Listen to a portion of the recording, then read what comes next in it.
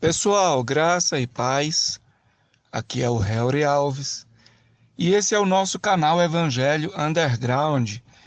E nessa série de entrevistas à distância que nós estamos começando, o primeiro convidado é o pastor, apologeta, escritor João Flávio Martinez, do Ministério CACP, né? Você já deve ter lido algum artigo dele por aí na internet. Tem o canal aqui no YouTube também. Inclusive, vou deixar os links, tá bom? Do site e do canal do Martinez aqui na descrição desse vídeo, certo?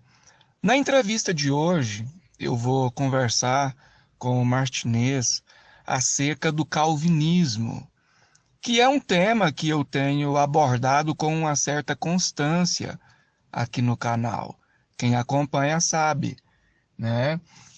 Então eu vou estar perguntando, o nosso convidado de hoje vai estar respondendo, só que antes eu gostaria que o Martinez falasse um pouco mais acerca desse ministério apologético, CACP, né? Falasse como começou, qual o intuito desse trabalho, né?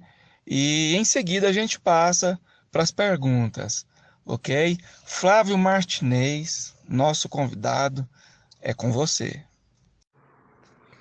Graça e paz a todos aqui desse canal do YouTube. Aqui quem fala com vocês é o pastor João Flávio Martinez. E é um prazer sempre poder dar os devidos esclarecimentos. O CACP, Centro Apologético Cristão de Pesquisas, é um instituto criado em 1998 com a intenção de fazer a defesa da fé, ou apologética. A ideia tem dois parâmetros nessa ideia, né? Primeiro, evangelizar o mundo sectário, levar o evangelho àqueles que estão perdidos dentro das heresias. Então, nós fazemos pesquisas, fazemos estudos, montamos, digamos assim, uma grade curricular, pedagógica, voltada às pessoas envolvidas com o mundo sectário, e através dessas pesquisas, nós, junto com o nosso site, o nosso canal no YouTube, nós temos levado esse material aos envolvidos com as doutrinas heterodoxas. Testemunha de Jeová, Mórmon, Adventistas, Espíritas, Católicos e etc. Então, graças a Deus, nosso site recebe 1 milhão de acessos por mês, o nosso canal tem quase 20 mil inscritos, então nós temos levado esse material, levado essas ferramentas para tirar essas pessoas do mundo sectário. O outro viés do nosso trabalho tem a ver com vacinar a igreja. Então a ideia é preparar esse material para que os irmãos de antemão conheçam as heresias e diante desse conhecimento as pessoas possam se resguardar espiritualmente, porque o inimigo está aí tentando matar, roubar e destruir, tentando trazer um engodo ou uma verdade misturada com várias mentiras. E uma coisa que o telespectador que está nos ouvindo e nos assistindo deve saber é que a pior mentira não é uma mentira deslavada. A pior mentira é aquela que vem com verdades. Ou até mais grave que isso, a pior mentira é uma verdade para enganar. E eu explico isso. Isso chama sofismar.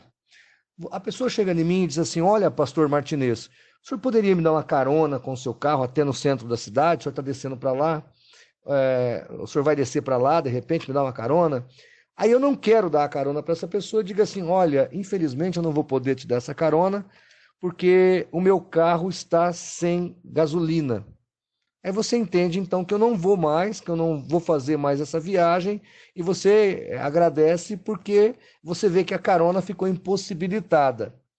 Entretanto, quando você vai ver os fatos, você vai descobrir que o meu veículo ele é álcool. Então, na verdade, eu usei um fato real, eu não tinha álcool no meu veículo, mas esse fato real e verdadeiro serviu para te engodar, para eu não te dar a carona. Isso é sofisma. E muitos do mundo sectário cometem esse tipo de atitude, esse tipo de ação sofismática para engodar a pessoa, enredá-la na mentira, tá certo? Então o CACP, ele entra nesse contexto existencial para trazer respostas para as pessoas, para livrá-las desse engodo, tá ok? Martinez, nessa primeira pergunta acerca da doutrina calvinista, eu gostaria de saber a sua opinião. Por qual motivo alguns jovens, principalmente, abandonam a teologia arminiana, por exemplo, e partem para o calvinismo? Por qual motivo alguns jovens saem, principalmente dos meios neopentecostais, e partem para o calvinismo? Nós sabemos que existem muitos escândalos, né, dentro dos meios neopentecostais. Eu não quero generalizar, claro, mas nós podemos observar alguns jovens abandonando os meios neopentecostais e às vezes até pentecostais mais clássicos e partindo para o calvinismo. Na sua opinião, por que isso ocorre? Por qual motivo esses jovens entram de cabeça no calvinismo, sem saber do que se trata, sem estudar as raízes, os efeitos, a teologia em um todo? Por qual motivo isso acontece? Quero deixar claro, né, para quem estiver ouvindo aí essa entrevista, eu não defendo a linha arminiana, também não defendo a linha calvinista, né? Posteriormente eu quero falar mais acerca do que eu defendo aqui no canal, mas até então a primeira pergunta é essa. Muito bem, então a pergunta é por que tantos jovens têm se aderido, ou tantas pessoas têm aderido ao movimento calvinista? Vamos por partes, né? Essa é uma resposta bastante complexa, que provavelmente eu não vou conseguir nessa entrevista esgotar todas as possibilidades, mas uma coisa é muito certa, né?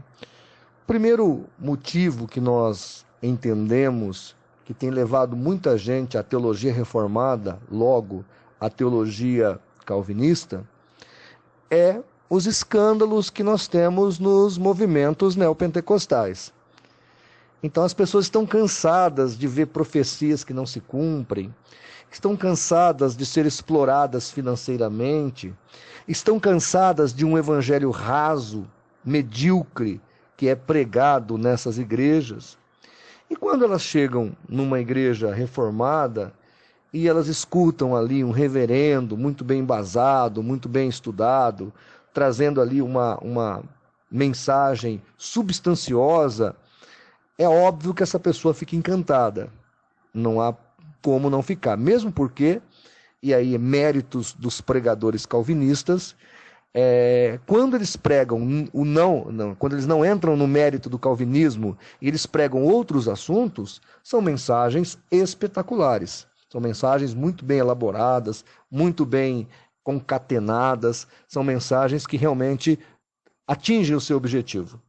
Eu costumo brincar que todo calvinista, pregando, ele é um arminiano, né? Pregando, ele é um arminiano.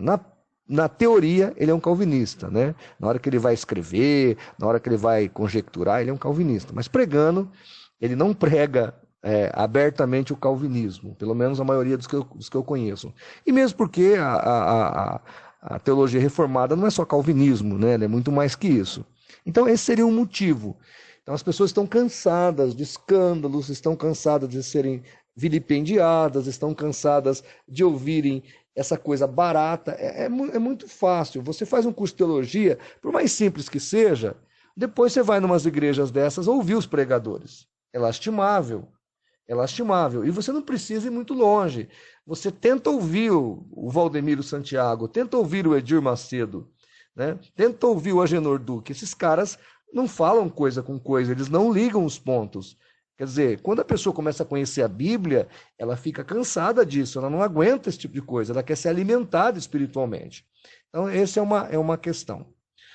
Uma outra questão que tem acontecido é os pregadores internacionais calvinistas sendo bem divulgados no Brasil, como John Piper, né? O Sproul, Paul Washer e outros aí famosos, Sproul, famosos aí sendo divulgados no Brasil, as suas literaturas sendo fomentadas, as editoras evangélicas mais, digamos assim, proeminentes são calvinistas, promovem a literatura calvinistas, as literaturas calvinistas. Então, essa conjuntura de fatores.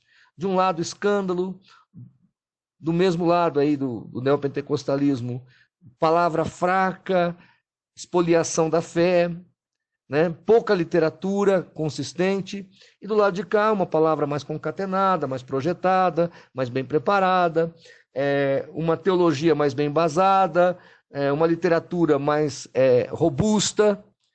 Então, nós vemos esse avivamento calvinista. Embora, agora, recentemente, editoras como a CPAD, Casa Publicadora das Assembleias de Deus, e a editora Reflexão, estão trazendo para o Brasil, uma gama enorme de teologia arminiana. Então, o reverso vai ser dado, com certeza, logo, logo, já está sendo dado sobre a teologia calvinista, mesmo porque no Brasil 80% dos cristãos são arminianos. E quando você coloca o calvinismo como ele é, nu e cru, sem enfeite, sem chuquinha, sem adesivos, sem adereços, quando você mostra o calvinismo de João Calvino para as pessoas não querem aceitar esse tipo de coisa, né? É totalmente intragável, é totalmente inadmissível a cosmovisão do calvinismo. Eu tenho um texto aqui que diz que é do Rei James da Inglaterra, que ele mandou o pessoal assistir o Sino de Dort, e quando eles voltaram e contaram as decisões da Tulip, né, o fechamento da Tulip, ele disse assim: olha, nem se o inimigo tivesse proposto no inferno um projeto para difamar Deus tão bom quanto esse, ele não teria êxito, de tão assustador que é o calvinismo.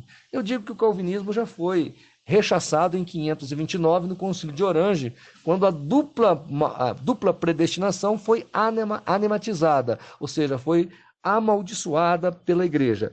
Esse anátema foi decretado nesse concílio, no mesmo concílio que condenou o pelagianismo, condenou também o calvinismo, de João Calvino e de Santo Agostinho, na verdade, né? Então, essa é a questão. Uma outra coisa importante para falar é que dentro da teologia você não escapa de uma das visões.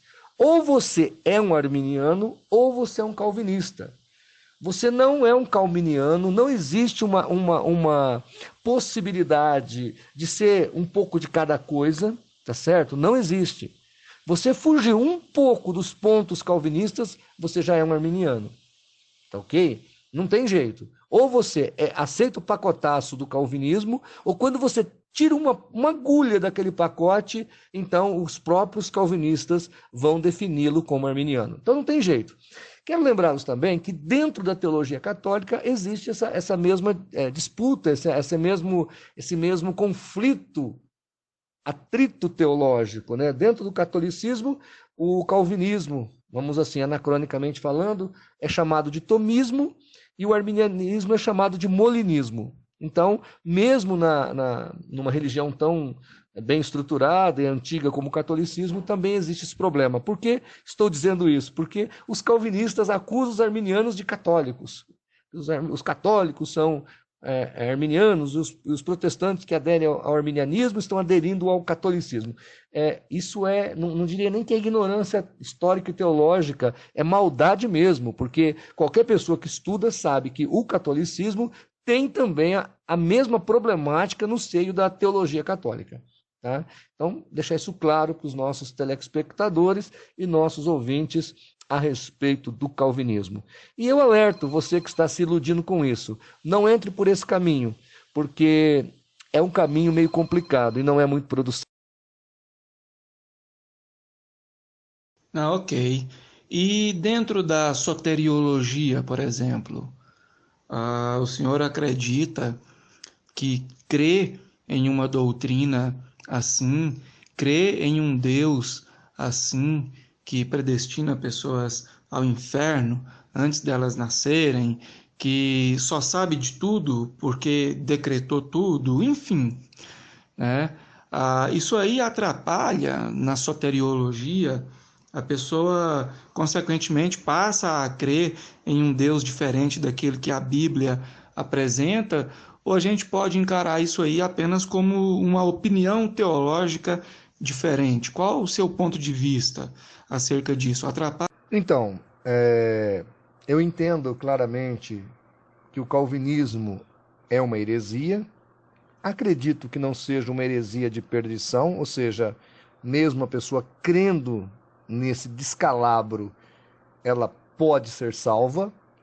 A minha questão é mais periférica, porque essa cosmovisão de Deus gera o ateísmo. E eu me lembro que quando eu estava na faculdade, em 2005, 2001 a 2005, fazendo história, eu li Nietzsche. Eu tive que ler Nietzsche. E eu li uns 3 livros do Nietzsche, entre eles o Anticristo. E eu observei que a visão de Nietzsche era bem distorcida da fé cristã e fé protestante, porque Nietzsche era na Alemanha. Então eu fui fazer a minha pesquisa depois, posterior, do calvinismo, porque na faculdade teológica arminiana você não estuda calvinismo, nem mesmo o arminianismo, às vezes você estuda. E aí, quando eu fui estudar o calvinismo, eu entendi que o que Nietzsche criticava não é o cristianismo bíblico ou o arminianismo, que também é bíblico, que é o cristianismo bíblico na minha visão. Na verdade, o que Nietzsche criticava era a cosmovisão calvinista. E isso vai gerar o ateísmo dentro da Europa. A Europa, que há 120 anos atrás era 80% protestante, hoje nós temos uma Europa entregue ao ateísmo, uma Europa abandonada ao ateísmo, 5% de protestantes. Por que isso? Qual é a razão disso? Ao meu ver, essa cosmovisão errada de um Deus que brinca com as pessoas, igual aquele menino pega a lupinha e fica queimando as formiguinhas que ele acha mais interessante queimar. Então esse Deus calvinista seria assim um tanto mimado, tipo aquele Deus que apareceu em Êxodos, lá naquele filme hollywoodiano, aonde eles dão uma visão mais uma visão de baixa crítica, da alta crítica do livro de Êxodo, né? É uma visão da alta crítica. Eles tentam explicar pela ciência o que aconteceu no filme, o que aconteceu no fato, né? O fato do Êxodo, como é que seria de fato o Êxodo, né? Então eles usam evidências científicas e aí eles apresentam aquele Deus lá. Aquele Deus lá do filme é bem parecido com o Deus calvinista, tá certo? Então essa, ao meu ver, é o grande reverso do calvinismo. Ele gera essa incredulidade, essa revolta, como costumam brincar alguns arminianos. O principal ponto da tulipe não foi colocado, que é sola sortes, ou seja, não é uma coisa lógica, é uma coisa absurda, né? Absal. Então essa é uma questão. Essa é uma questão. A outra questão é que eu trabalho e quando eu quero mostrar trazer um calvinista para o arminianismo, ou libertar o calvinista desse embotamento com relação a essa doutrina, o que eu mostro é o próprio calvinismo, de João Calvino. Né? Por exemplo, eu vou lá na Instituta número 3, na página 41 da editora Cultura Cristã, João Calvino fala, porque Deus não criou em igual condição todos os homens, no caso, mas ordenou uns para a vida eterna e os demais para condenação eterna. Olha que absurdo. Continua João Calvino na Instituta. Deus não só viu de antemão a queda do primeiro homem e nela a ruína de sua posteridade, mas também por seu próprio prazer a ordenou. Diz mais João Calvino, embora sua perdição de tal maneira depende da predestinação divina, a causa e a substância dela são ambas neles, homens.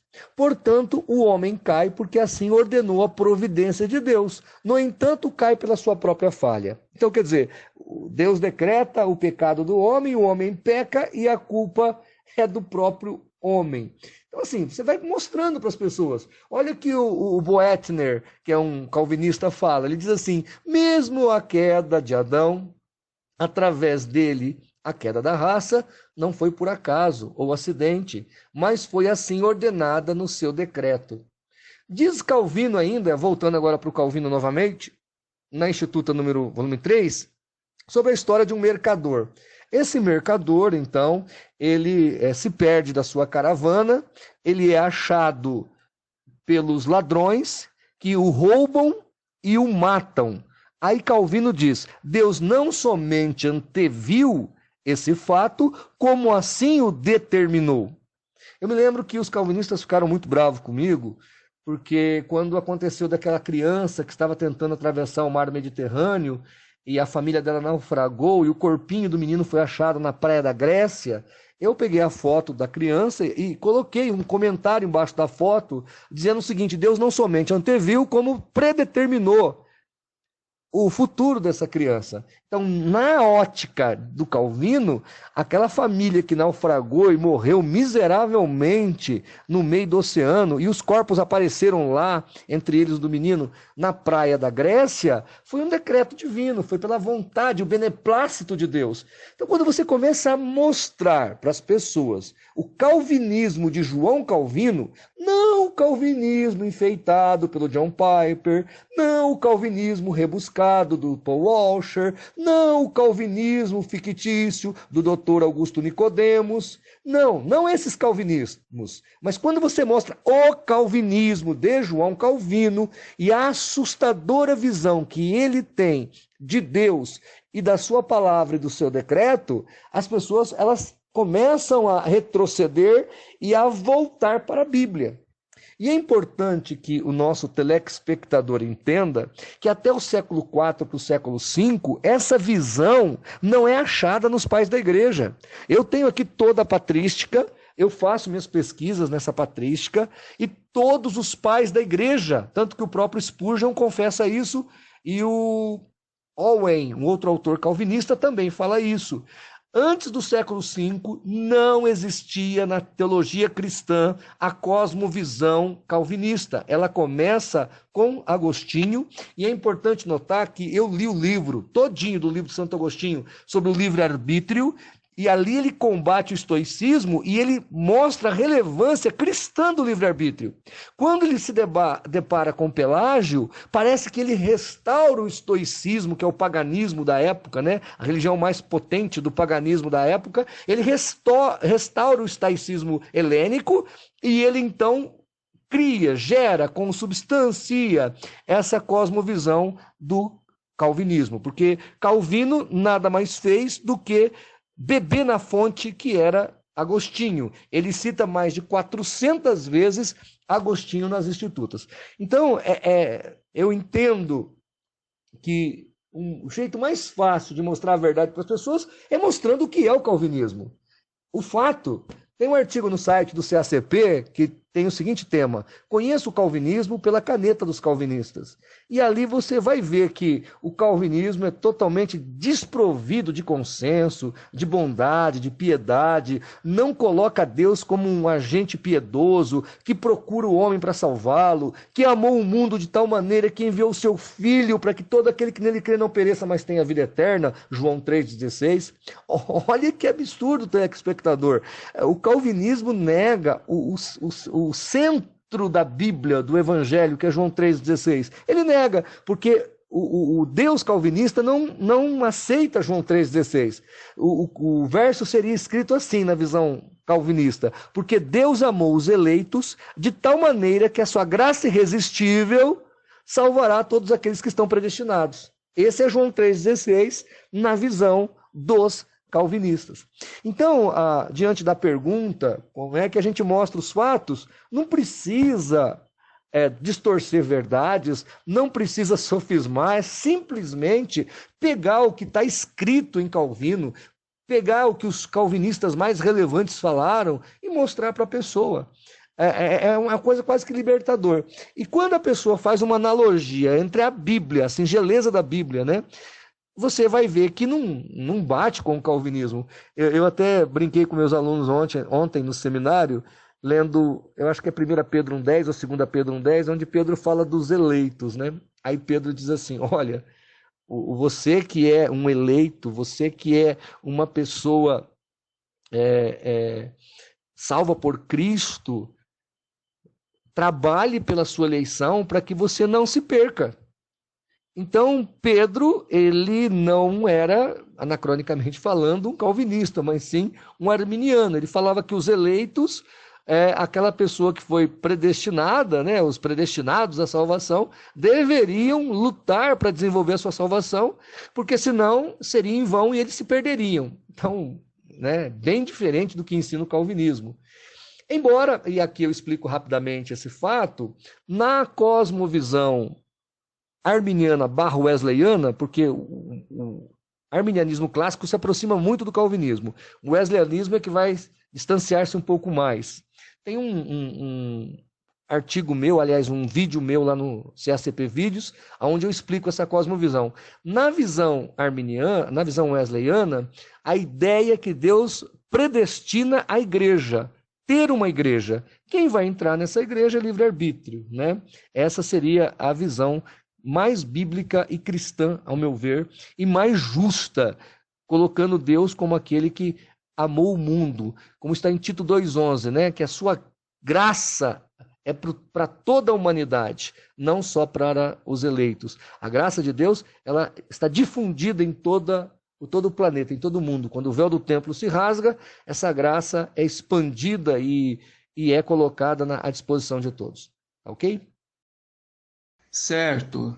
E pegando um gancho naquilo que o senhor disse na primeira resposta, onde o senhor falou acerca dos testemunhas de Jeová, da denominação adventista do sétimo dia, dos Mormons, né? E classificou aí esses grupos como sendo sectários, né? Então a pergunta é a seguinte: denominações que seguem o viés, digamos que mais radical do calvinismo, ou denominações estritamente calvinistas, na sua visão, claro, elas são seitas também? Então, nós temos que entender que uma igreja evangélica protestante pode ter uma heresia, e nem por isso ela ser uma seita de perdição. Tá? Como Testemunho de Jeová, Adventismo, Mormonismo, Espiritismo, Catolicismo, isso tudo são seitas de perdição. Agora, existem heresias que não são de perdição. 2 Pedro 2,1 fala que há um tipo de heresia que é gravíssima, chamada heresia de perdição, que vai comprometer a soteriologia.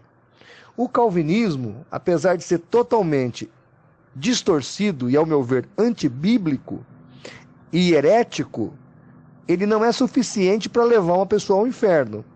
Entendo eu que os calvinistas são nossos irmãos e vão para o céu. Mas nem por isso eu vou deixar de dizer que isso é heresia. Como é heresia a maldição de nome, como é heresia essa cura interior pregada nessas igrejas neopentecostais, tá certo? Então, não é porque algumas questões são heréticas dentro de uma igreja evangélica que ela é uma seita. Ela tem pontos heréticos, mas não é uma seita. No caso do calvinismo, ele em si, para mim, é uma heresia, mas não chega a ser uma heresia de perdição. E mais, qualquer pessoa aqui que frequentar uma igreja presbiteriana, por exemplo, dificilmente vai ouvir num culto de domingo à noite falando de calvinismo, arminianismo e etc. Talvez na escola bíblica dominical ou num curso de teologia da igreja, não nas pregações públicas, tá certo? E quando é pregado sobre salvação, é pregado corretamente, na questão de que a salvação é pela graça, né? Embora quando você analisa profundamente a questão, você vai entender que a salvação no calvinismo não é pela graça.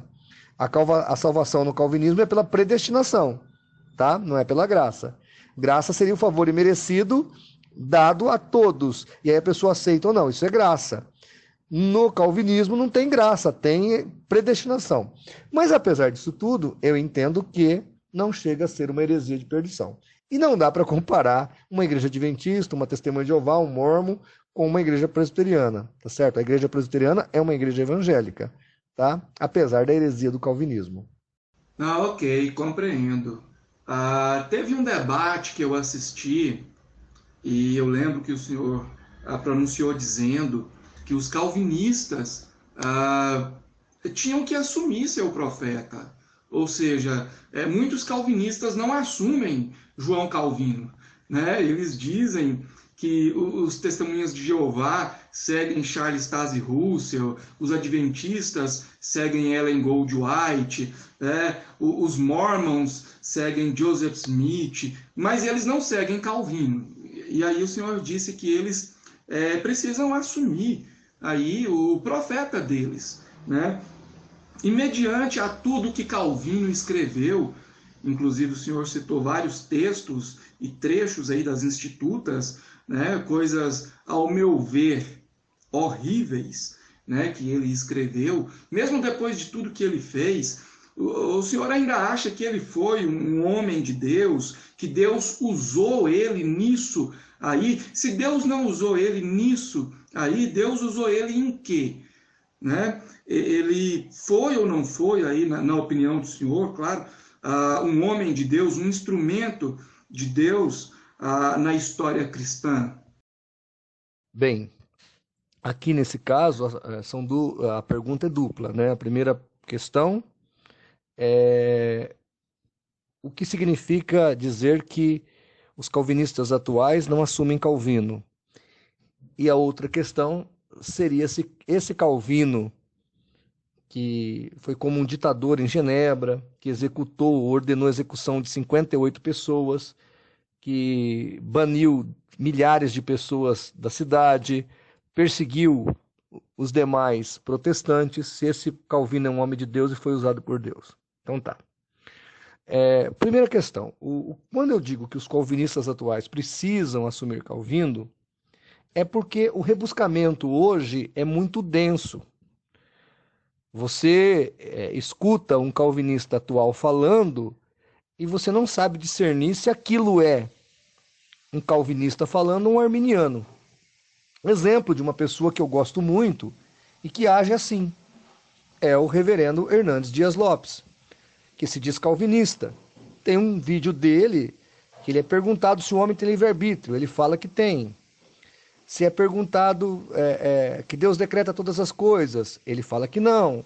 Então, está correndo aí nas redes sociais esse vídeo. Então, Hernandes Dias Lopes, enquanto teólogo, ele se diz calvinista. Coloca o arminianismo como uma heresia. Mas na hora de falar e de se pronunciar para o público, então ele vai dizer que o homem tem livre-arbítrio, então ele vai dizer que Deus não decretou o pecado, então ele vai dizer que o homem é responsável pelas suas atitudes. Então, quando você escuta o Hernandes Dias Lopes falando, você não escuta um calvinista falando. Você não escuta alguém que crê realmente em Calvino falando, mas alguém que está enfeitando a questão, que está rebuscando a questão, ou que está falando pelos dois cantos da boca. No momento é calvinista, no outro, quando convém, fala como um arminiano. E não é só ele, tá? Vários. Embora eu já li e leio as obras do Hernandes Dias Lopes, gosto dele como pregador, gosto dele como teólogo, aprecio bem o que ele escreve e, ao meu ver, na conjuntura geral da obra, ele é mais arminiano que calvinista. Tem várias coisas que ele assumiu, escreveu e disse que não o coloca como um calvinista. Mas quando ele vem a público, ele se identifica como tal. O próprio Augusto Nicodemos, ele não assume o calvinismo de João Calvino, é um calvinismo mais moderno, mais sofisticado, com uma linguagem mais concatenada, uma linguagem mais substanciosa. Então, fala-se vários termos filosóficos e tudo mais. E vive aquela coisa, né? Aquele enfeite. Então, tudo aquilo que o Calvino falou é colocado de um jeito assim mais lúdico, mais pragmático, mais bonito, para ser aceito, então, pela igreja brasileira. Eu me lembro que quando minha mãe queria que eu tomasse chama loção de Scott, se eu não me engano, era um remédio forte, que tinha um gosto de ovo podre. Então eu me lembro que a minha mãe, ela pegava essa colher de loção de Scott e ela fazia uma vitamina com bastante açúcar, leite, fruta e botava esse negócio no meio para tentar fazer eu ingerir aquele remédio forte, com gosto bastante desagradável.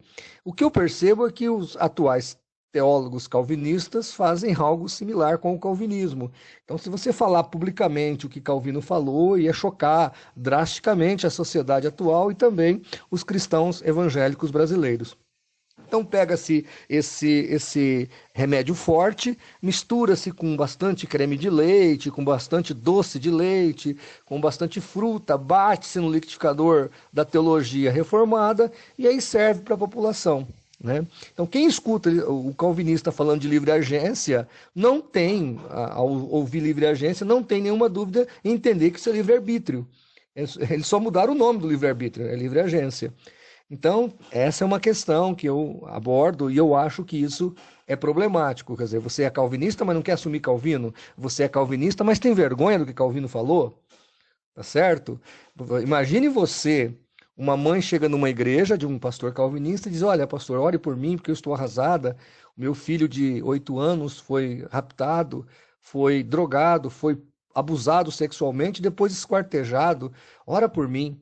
Obviamente que esse pastor vai orar e não vai entrar no mérito, mas se ele tivesse assumido Calvino, ele teria que dizer para a senhora: não, a senhora não deve ficar triste, porque Deus não somente anteviu o sequestro do seu filho, a morte do seu filho, a violência contra o seu filho, como também o determinou para a sua própria glória. Eu duvido que um reverendo, que um teólogo calvinista falaria isso para uma mãe enlutada, com o coração machucado, falaria essa verdade calvinista para ela. Tá certo? Por isso que eu digo, na hora que um calvinista está pregando para uma pessoa como essa, ele é arminiano. Porque ele não pode ser calvinista, né? Senão eu acho até que ele iria ser agredido por essa mãe, porque a dor, imagine a dor de uma mãe dessa e o pai e a mãe ouvindo uma verdade calvinista dessa, né? O filme A Cabana, inclusive, tenta explicar isso. E esse filme A Cabana, embora não seja um filme muito teológico, mas a ideia acho que não é mostrar a Trindade no filme, a ideia é justamente tratar a questão do mal na vida das pessoas. Eu achei bastante relevante e interessante nesse aspecto, e é uma visão arminiana do fato, porque os arminianos entendem que é o livre-arbítrio humano, é a permissão de Deus diante das decisões humanas que gera toda a maldade no mundo, mas não que Deus decreta todas essas coisas. Com relação a se Calvino foi usado por Deus, eu não duvido que de algum jeito ou de várias maneiras que ele foi usado por Deus, como o próprio rei Henrique VIII, que teve 5 esposas, que tentou rechaçar rechaçou a sua primeira esposa, que matou gente da sua família, provavelmente matou as suas ex-esposas, fundou a igreja anglicana, que apesar desses viés extremamente problemáticos e negativos, ele foi usado por Deus. Aquela circunstância, a igreja anglicana foi importante no processo da reforma. Tá certo? Embora eu não ache que o rei Henrique VIII foi um homem de Deus. Eu, pessoalmente, por favor, não me leve a mal, não acho que Calvino era um homem exemplar. Tá certo? Não acho. Não acho que Calvino seja um homem de Deus, um profeta de Deus, um exemplo para a glória de Deus. Então eu entendo que houve vários calvinistas que foram piedosos, foram bondosos, foram tolerantes, né? Mas eu não consigo contemplar isso em João Calvino. Para mim, Calvino foi o primeiro déspota protestante e as suas atitudes não foram as mais piedosas possíveis, nem cristãs. Essa é a minha visão desse João Calvino, tá? Que a história nos mostra. Quem quiser ler um livro interessante, é do Zwenghi, chama o autor, é um autor, acho que judeu, Zwenghi, e é o Libelo de Calvino. Eu acho que é isso aí o nome do livro, o Libelo de Calvino. Calvino contra Sebastian Castellium. Se eu não me engano, esse é o título do livro. E Zwenghi, ele vai traçar o perfil do calvinismo na Genebra, dirigida e administrada por João Calvino. Acho que seria interessante as pessoas lerem, né? E tudo isso aí, essas questões todas envolvendo crimes, perseguições feitas pelo calvinismo, é bem retratado nesse livro, tá ok? Mas, repito, acho que o calvinista é uma pessoa salva e com certeza nós teremos. Ah, sim. E dentro da sua opinião, dentro daquilo que o senhor entende, o Deus calvinista, ele seria um outro Deus, ou seja, seria um Deus diferente do Deus da Bíblia? E sendo o Deus calvinista um Deus diferente do Deus da Bíblia, nós poderíamos dizer, por exemplo, que o calvinismo é um outro evangelho? Qual a opinião do senhor com relação a isso? Bem, eu entendo que o calvinismo em si não leva os calvinistas à perdição, tá ok? Eu não acredito que só porque uma pessoa seja calvinista, ela vai para o inferno por causa disso. Eu acredito que não é essa a questão, tá? Embora eu acredite que o calvinismo, levado às últimas consequências, gera um outro Deus que não é o bíblico. O Deus bíblico é aquele que amou a humanidade. O Deus bíblico é aquele que promoveu a salvação a todos. O Deus bíblico é aquele que dá escolha aos homens, permite o livre-arbítrio. O Deus bíblico é aquele que quer ser adorado por amor e não por uma graça irresistível, forçosa, que obriga a pessoa a servi-lo. Então, de certa maneira, quando você leva o calvinismo às últimas consequências, você vai olhar para o Deus bíblico e você não vai enxergá-lo, não vai achar ali no Deus bíblico o Deus calvinista. Você vai ver um outro Deus, tá certo? Não estou dizendo que o calvinismo não serve o Deus da Bíblia. O que eu estou dizendo é que quando o calvinista leva essa visão do Deus que ele crê, as últimas consequências, ele vai ficar diferente do Deus que as Sagradas Escrituras revelam. Isso é um problema. É um problema para a propagação do Evangelho, é um problema para defesa da fé, porque eu até estava vendo outro dia um livro do Ravi Zacarias, ele falando sobre Deus e defendendo Deus, e ele fala muito claramente do livre-arbítrio. E o Ravi Zacarias se declara um apologista calvinista. Porque quando você nega, e o Dr. Craig fala muito bem isso, quando você nega o livre-arbítrio, não sobra nada para Deus, senão é culpa de tudo. Se o homem não tem livre-arbítrio e ele é obrigado a fazer o decreto, então Deus é culpado, Deus é autor do pecado. Isso é gravíssimo, porque Deus não tem nada a ver com o pecado. Há um outro problema também, que o calvinismo, com seus decretos, coloca Deus dentro do tempo. Ele se esquece que Deus está fora do tempo, Deus é anacrônico. O John Wesley falava que Deus vive no eterno presente, porque ele olha passado, futuro e presente ao mesmo tempo. Então, quando ele mexe no passado, ele já move o futuro, é automático. Outra coisa, no calvinismo, para Deus saber o que vai acontecer amanhã, ele tem que ter determinado isso. Se ele não determinar, ele não sabe. Quer dizer, a presciência, a cosmovisão de presciência é totalmente cega no calvinismo, é obliquada por essa visão. Tá? No arminianismo, no wesleyanismo, não. Deus é livre, ele sabe o futuro, mas ele não precisa decretar todas as coisas, tá certo? Para saber o futuro. É igual o caso do faraó, que 5 vezes no texto de Êxodo fala que ele foi endurecido, e 5 vezes fala que ele endureceu o seu próprio coração. Né? Mas o engraçado é que alguém outro dia fez uma pergunta para um calvinista, ele ficou bastante embaraçado. Se Deus decretou o faraó para poder fazer o que fez, por que depois do decreto ele ainda veio e endureceu o coração do faraó? Teria Deus alguma dúvida que o seu decreto não ia ser cumprido? Então, quando a gente começa a pensar, porque quando você vai para a Bíblia, quando você analisa a Bíblia, quando você vê o Evangelho de Jesus e você vai para o Calvino, você fala, opa, é um outro Evangelho. É um outro Evangelho. As Institutas é um outro Evangelho. Não tem nada a ver com a graça de Deus e com a salvação de Jesus. Então, assim, o que eu apelo para as pessoas que estão nos ouvindo é que elas se apeguem com Cristo, que elas se apeguem com a graça de Deus, que elas se apeguem com a verdade do Senhor e que elas vivam a simplicidade do Evangelho. muito cuidado com essas conjecturas, com essas elucubrações malucas que existem por aí, tá certo? E que a gente possa viver em paz, no sentido de pregar o evangelho a toda criatura, de viver uma vida de santidade, uma vida piedosa, uma vida realmente de entrega no altar do Senhor, porque isso é relevante, tá certo? E eu acredito que o calvinismo não prosperará no Brasil, essa é a minha esperança, mas sim um evangelho mais maduro, nessa frição que está tendo entre o neopentecostalismo e a visão reformada, que nós possamos encontrar aí um meio termo, um equilíbrio, que os pastores, principalmente os pentecostais, possam ser pregadores mais zelosos da palavra, que os neopentecostais se voltem mais para a Bíblia e que os calvinistas, em nome de Jesus, possam ser mais moderados, né? Aceitar, como eles mesmos falam, o mistério de Deus diante de todos os fatos, que realmente há muita coisa aí que nós não temos como filosofar ou teologar sobre. Então, ter humildade para contemplar tudo isso e fazer o mais importante, orar um pelos outros e pregar o evangelho a toda criatura. Ah, sim, com certeza. Eu também não generalizo, não. Eu costumo dizer aqui no canal que eu não falo contra pessoas, eu falo com relação à doutrina. Eu espero que Deus abençoe a todos, né?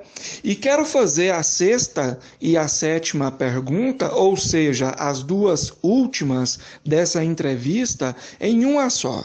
Eu sei que o nosso foco é o calvinismo, né? Mas os adventistas foram citados. Então, dentro desse contexto, eu queria perguntar para o senhor, na sua opinião, o que é mais prejudicial? Acreditar no sono da alma ou acreditar que Deus envia criancinhas não eleitas para o inferno quando elas morrem, seja em um acidente ou por decorrência de alguma doença, enfim. E pegando um gancho, aproveitando que os dois foram citados, né? Então eu gostaria de saber, na opinião do senhor, quem foi mais prejudicial, João Calvino ou Ellen Goldwhite, né? Com essas duas perguntas, nós encerramos aí essa entrevista, né? Eu quero agradecer ao senhor por ter disponibilizado aí uma parcela do seu tempo para ajudar a gente nesse projeto aqui no canal. Quero agradecer os inscritos, quero agradecer a todos que estão ouvindo essa entrevista. Quero dizer que eu vou deixar na descrição desse vídeo o link do site do pastor João Flávio Martinez, certo? Ministério Apologético CACP. E vou deixar também o link do canal no YouTube, que ele tem, certo?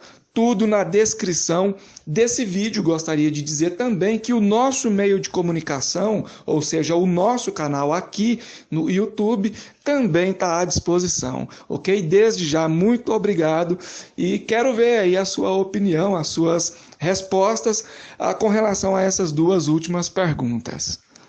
Bom, então temos aí duas questões. A primeira questão, qual é a doutrina mais terrível? A doutrina do sono da alma ou a doutrina de que o infante, por não ser eleito, seja levado ao inferno? Bom, para mim as duas doutrinas são heréticas, antibíblicas, tá ok? E as duas não têm apoio na Bíblia Sagrada. Então não é qual é a pior ou a melhor. Todas as heresias são inadequadas e antibíblicas e devem ser rechaçadas pela teologia protestante ortodoxa. Com relação a comparar João Calvino e Ellen G. White, essa comparação fica complicada. Por quê? Na cosmovisão dos calvinistas, João Calvino não é inerrante. Eles acreditam até na doutrina calvinista, creem que a tulipe é o evangelho, é bíblica, etc. e tal, mas a pessoa do Calvino não é vista como inerrante. Já no adventismo e em qualquer outro movimento sectário desses pseudo-cristãos, como mormonismo, como jeovismo e como adventismo, os líderes são vistos tão inspirados quanto os profetas bíblicos. Então aí é uma grande diferença.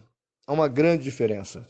Por isso que eu entendo que as igrejas que acreditam no calvinismo, nós temos igrejas batistas, presbiterianas, etc., que acreditam no calvinismo, são igrejas que estão ou contêm dentro do seu bojo doutrinário uma heresia, mas não são uma seita.